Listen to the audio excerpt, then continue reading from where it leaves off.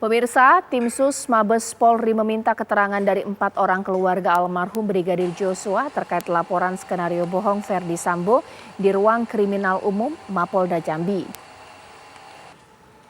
Tim Sus kembali melakukan pemeriksaan terhadap anggota keluarga almarhum Brigadir Joshua di Jambi. Pemeriksaan dilakukan guna menggali keterangan terkait laporan skenario bohong yang dilaporkan keluarga Joshua. Menurut pihak dari keluarga, hingga kini keluarga masih meyakini tidak ada pelecehan seksual yang dilakukan Brigadir Joshua. Keluarga semakin bingung mendengar rekomendasi Komnas HAM yang menduga ada pelecehan seksual dan kekerasan seksual yang terjadi di Magelang.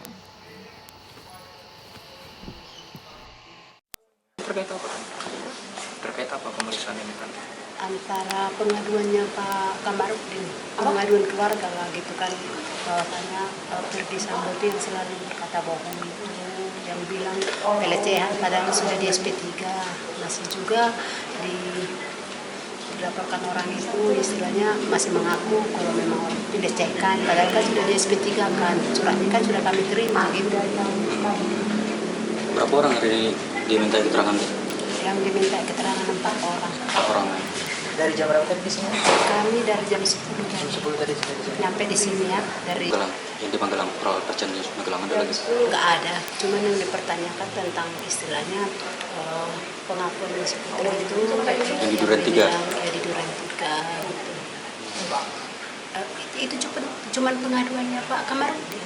Kan kita kan sudah memberikan kuasa sama Pak Kamarudin gitu. Jadi istilahnya Pak Kamarudin ini kan pelecehan bohong, mengadu tidak itu adanya pelecehan bahwasanya dia itu. selalu berkata bohong itu dan palsu, pengaduan palsu itu gitu. Keterangan palsu ya.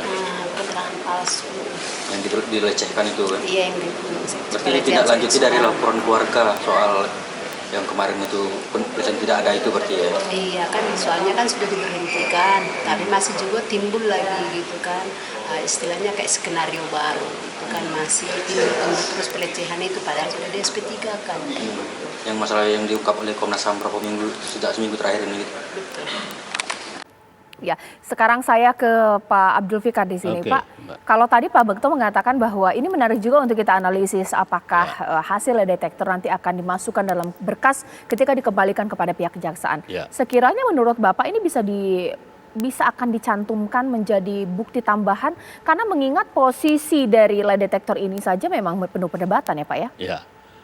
Yang disebut alat bukti di dalam KUHP itu keterangan saksi, keterangan ahli, alat bukti surat, ya, dan keterangan tersangka serta petunjuk. Nah, jadi nggak ada itu lie detektor.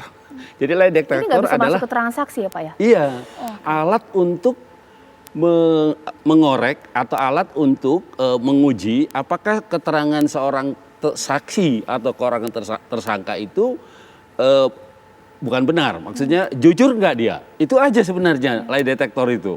Ya, jadi bisa juga kan namanya juga alat, ya kan? Bisa juga umpamanya si tersangka atau saksi dia bicara tidak yang sebenarnya gitu, ya. Dia tidak jujur, gitu. Bisa juga seperti itu gitu. Tapi ya itu tadi upaya gitu. Lie detektor itu akan bekerja. Kalau orang berbohong itu hatinya berdetak-detak atau gimana, itu yang ditangkap oleh indikasinya ditangkap oleh lie detektor itu gitu. Nah, jadi sebenarnya menurut saya kalau dikatakan perlu atau tidak perlu lie detektor, karena di pengadilan nanti keterangan seseorang itu tidak berdiri sendiri, baik sebagai saksi maupun sebagai tersangka, dia akan dikombinasikan atau akan disinkronkan dengan keterangan saksi yang lain. Tapi bisa hasil lie detektor dibawa ke pengadilan? Bukan hasil deteksi, keterangannya maksudnya. Keterangan dari lie detektor bisa disampaikan di pengadilan? Bisa, kan jadi berita acara. Berita Oke. acara saksi, berita acara tersangka kan. Baik, gitu. itu yang saya tanya kepada kuasa hukum dari keluarga Joshua di sini, Bang Nelson. Ini salah satu pendapat dari Pak Abdul Fikar, bisa juga hasil lie detektor ini dicantumkan dalam berkas perkara. Masuk dalam BAP mungkin ya? Maksudnya gini, hasil lie detektor itu adalah BAP. Adalah BAP. Bagaimana Bang Nelson menanggapinya? Karena untuk hasil lie detektor Putri dan juga Sambo masih misteri ini kita jujur atau tidak. Pertama sekali kami dengan Bapak Profesor tadi itu satu guru satu ilmu di dunia hukum, Van Apeldoorn. Bahasa Inggris itu nggak ada di Undang-Undang KUHP itu nggak ada lie detector. Berarti alat tipu-tipu itu namanya. Nggak ada. Ahli bahasa di Indonesia akan membahas Indonesia kan. Nah, apalagi zaman terakhir ini. Sesuaikan dengan IT, ada nggak itu? Supaya jangan salah menyalahin. Yang kedua, siapapun yang untuk penggunaan lie detector itu ya sama dengan alat mekanisme jantung. Pasti dia ketemu nggak pernah lihat polisi, gedebak. Kayak cinta pertama lah. Kedua dia jantungan. Wah, pas buka-bukaan jantungan dia. Ketiga keringatan. Ini alat bukti nggak ini? Nah, janganlah. Alat bukti itu kan untuk orang yang membohong katanya. Ini aja dia udah membohongi dirinya. Saya khawatir Tuhannya pun udah dibohonginya untuk ini. Kawan-kawan yang itu loh.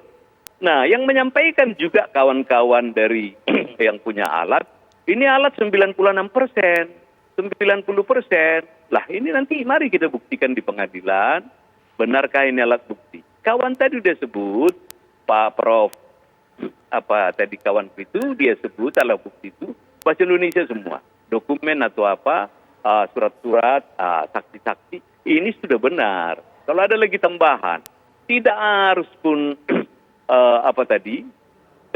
alat-alat bukti.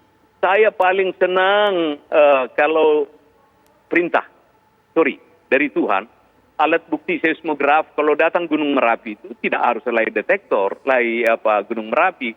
Di situ cukup dikatakan para binatang, belarian, ular muncul ke permukaan bumi. Ini alat-alat bukti yang sudah dari sononya. Nah, kalau penyebutan nama tadi memang kalau mesin salah atau tidak bekerja seperti yang diharapkan. Siapa tukang setelnya? Kembali ke sana. Apakah kita ikut menyaksikan? Wah, kita rekonstruksi aja nggak ikut.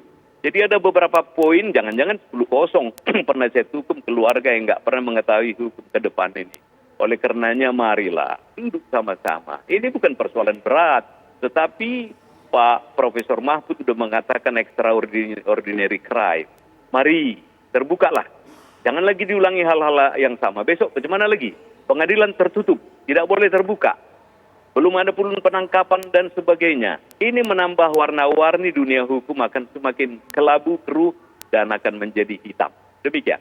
Oke, sekarang saya ke Pak Bekto. Pak Bekto, mungkin bukan bermaksud untuk mendikte kerja dari para penyidik. Tapi menurut hemat Pak Bekto, perlu tidak sih Pak penyidik ini memberi atau mungkin tim khusus memberi kepastian penjelasan sebenarnya posisi dari lie detector ini akan seperti apa, dimasukkan ke dalam berkaskah, hasilnya juga masih misteri. Putri dan juga Sambo, sementara 3 tersangka lainnya kan dikasih tahu jujur ya Pak ya, tapi untuk 2 tersangka lainnya agak dirahasiakan. Pak Bekto.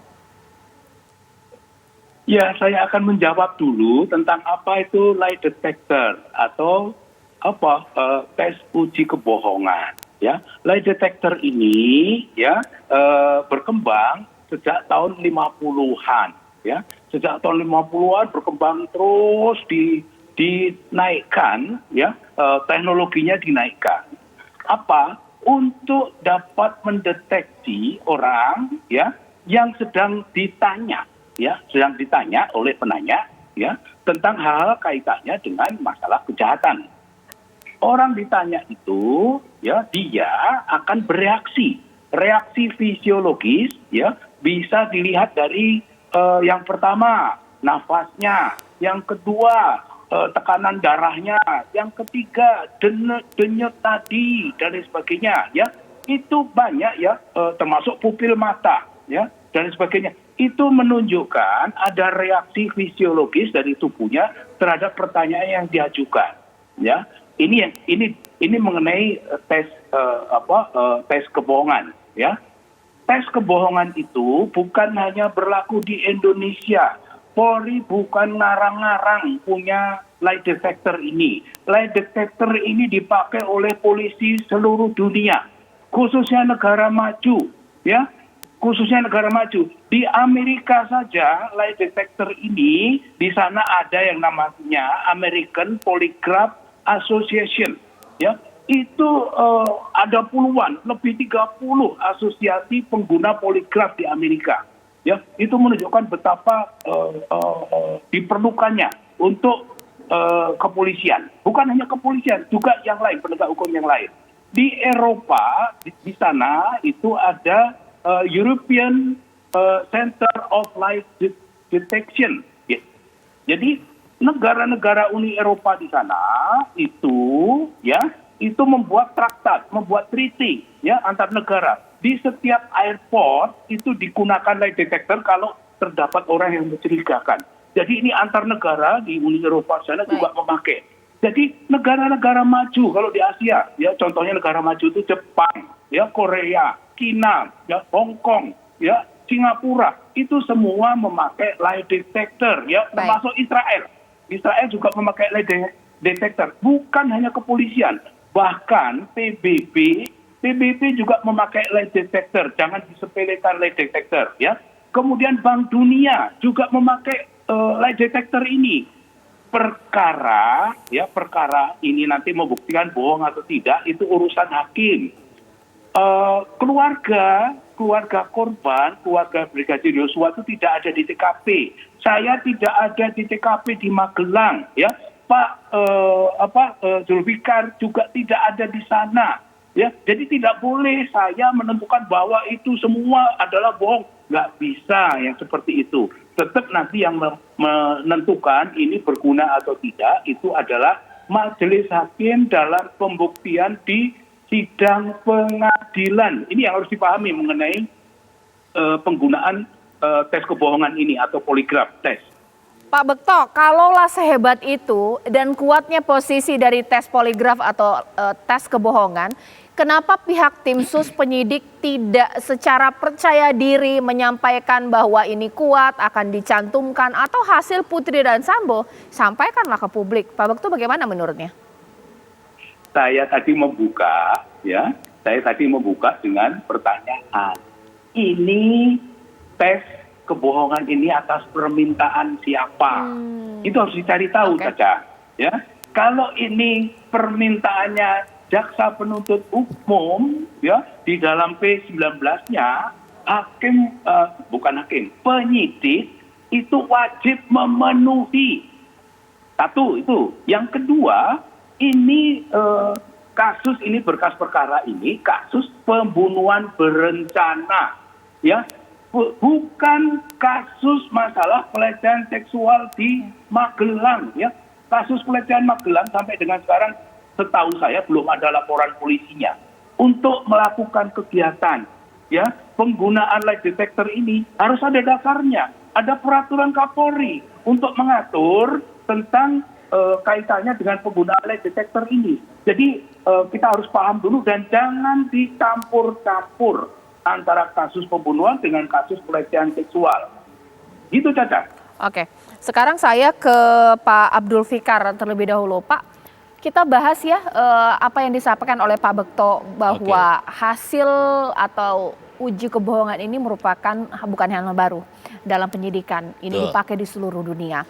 Sekiranya kalaulah ini nantinya menjadikan dasar pertimbangan, apakah akan kuat untuk juga membuktikan unsur pembunuhan berencana, atau jangan-jangan sebaliknya bahwa dengan hasil tes uji kebohongan Sambo lulus atau lolos dari unsur pembunuhan berencana, hanya pembunuhan biasa sesaat lagi.